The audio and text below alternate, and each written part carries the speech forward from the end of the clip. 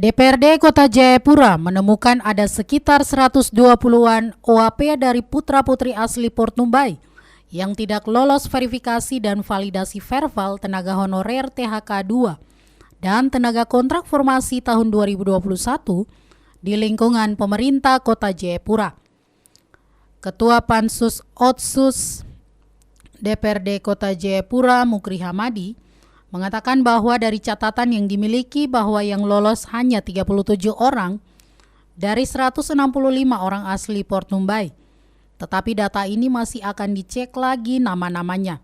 Kita memang melihat secara jumlah tapi juga kondisi dari yang diumumkan, banyak juga ada isu-isu tapi juga data faktual yang terjadi, bahwa memang ada perbedaan-perbedaan antara yang faktual bekerja sebagai tenaga honorer, baik P3K, guru maupun juga tenaga honorer yang bekerja di kantor-kantor, yang ternyata setelah diumumkan kita tidak masuk dalam 836 orang CPNS itu. Sementara kita lagi mengumpulkan data, tapi ada data-data faktual yang sebenarnya cukup menarik dan memberikan pertanyaan besar bagi kami terkait dengan kondisi ini. Sehingga kalau kita lihat bukan hanya bicara Papua non Papua dan Port Numbai, tetapi banyak juga honorer yang sudah bekerja cukup lama di Kota Jayapura mengabdi untuk tanah ini, tetapi setelah diumumkan namanya tidak dicantumkan. Hal inilah yang menyulut kemarahan dari para honorer ini, sehingga melakukan aksi pemalangan dengan menutup akses jalan di beberapa ruas wilayah Kota Jayapura. Di antaranya, pertigaan Ring Road Hamadi, mendatangi kantor Wali Kota Jayapura, dan juga pertigaan arah menuju Yoka Distrik Heram serta akses Jalan Afri. Di tempat yang sama, Sekretaris Komisi A dan anggota Pansus Otsus, Yuan Alfredo Wan Bitman mengungkapkan terkait dengan hasil pengumuman nomor .800/963/set tentang hasil verifikasi dan validasi tenaga honorer THK 2 dan tenaga kontrak formasi tahun 2021 yang dinyatakan memenuhi kriteria.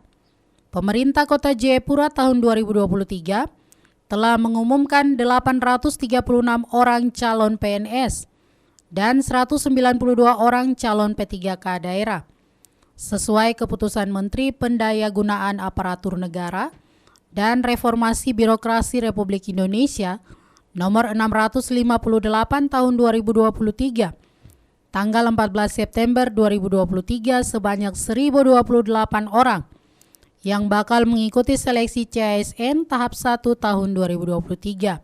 Hal ini perlu kami tegaskan bahwa DPRD melalui rapat-rapat kerja kita untuk memastikan pemerintah Kota Jayapura melalui BKPP bahwa dalam kuota kita 1.200 itu pemerintah harus memastikan tenaga honorer kita yang kurang lebih ada 341 orang itu menjadi prioritas. Itu pertama. Setelah itu kemudian bisa dilihat bahwa kuota kita cukup besar, sehingga ketika ada ruang terbuka untuk calon-calon CPNS dan juga P3K untuk masuk ke situ, sebenarnya tidak ada masalah gitu.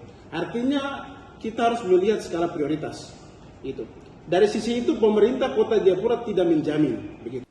Sementara itu, Wakil Ketua Komisi B dan anggota Pansus Otsus Yuli Rahman mengungkapkan bahwa masih ada hal yang ganjal dari hasil verifikasi dan validasi tenaga honorer.